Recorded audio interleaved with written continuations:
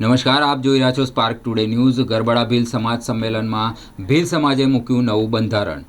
લગ્ન ખર્ચ કમી કરવાનો અને દહેજ પ્રથા પર પ્રતિબંધ મૂકવાનો નવો ઠરાવ સંમેલનમાં પાસ કરવામાં આવ્યો છે।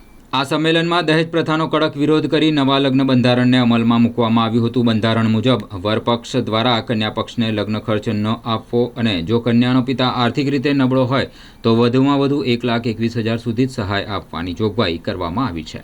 ઘરેણામાં ચાંદીના 250 ગ્રામની ઝાંઝરી, મંગળસૂત્ર, સોનાનો નાકનો કાંટો અને કાનની બુટી સુધી મર્યાદિત નક્કી કરવામાં આવ્યું છે। સાથે સાથે સમૂહ લગ્નોને પ્રોત્સાહન આપવા અને અન્ય બિનજરૂરી ખર્ચાઓ સંપૂર્ણ નાબૂદ કરવાની અપીલ કરવામાં આવી છે। કાર્યક્રમમાં પૂર્વ ધારાસભ્ય ચંદ્રિકાબેન બારિયા, જિલ્લા શિક્ષણ સમિતિ ચેરમેન કમલેશભાઈ માવી, તાલુકા પંચાયત પ્રમુખ મયુરભાઈ ભાભોર સહિત તાલુકા તથા જિલ્લાના સભ્યો, ગરબડા અને ધાનપુર વિસ્તારના સરપંચો, સમાજના આગેવાનો, તડવી, પટેલો, સાધુ સંતો અને મોટી સંખ્યામાં ભીલ સમાજના લોકો હાજર રહ્યા હતા। ઉપસ્થિત લોકોએ નવા લગ્ન બંધારણનું સ્વાગત કરી સમાજ સુધારાની દિશામાં નિર્ણયને ઐતિહાસિક ગણાવ્યો હતો। રોજ ગરબાડા ખાતે ગરબાડા હાટ બજારમાં ભીલ સંમેલન જે રાખવામાં આવ્યું છે તેમાં અંદાજિત 3,000 થી 4,000 જેટલા સમાજના લોકો, માતાઓ, બહેનો, વડીલો, પટેલ, પૂજારા, સરપંચો, તાલુકા સભ્યો, જિલ્લા પ્રમુખ વગેરે ઉપસ્થિત રહ્યા હતા। અને આ સંમેલનની ખાસ વિશેષતા એ છે કે આટલા વર્ષોની મહેનત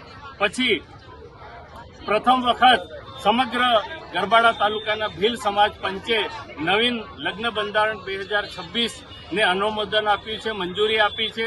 જે મુજબ કોઈ પણ પ્રકારનું દહેજ લેવાનું નથી, પરંતુ જો ગરીબ વ્યક્તિ હોય તો એ દીકરીના લગ્ન ખર્ચ પેટે 1,21,000 સુધી લઈ શકશે।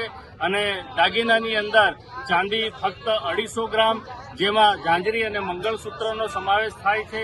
અને થોડીક સુવિધા સારી હોય તો કાંટો અને બુટી આપી શકશે। એ સિવાય બીજું કોઈ પણ પ્રકારનું લગ્ન બંધારણ ચાલશે નહીં। એટલે આજની આ ભીલ સમાજ પંચ માટે એક સોનેરી દિવસ છે, ઐતિહાસિક દિવસ છે। આભાર। શૈલેષભાઈ મકોડિયા, પ્રમુખ ભીલ સમાજ સેવા ટ્રસ્ટ, ગરબા।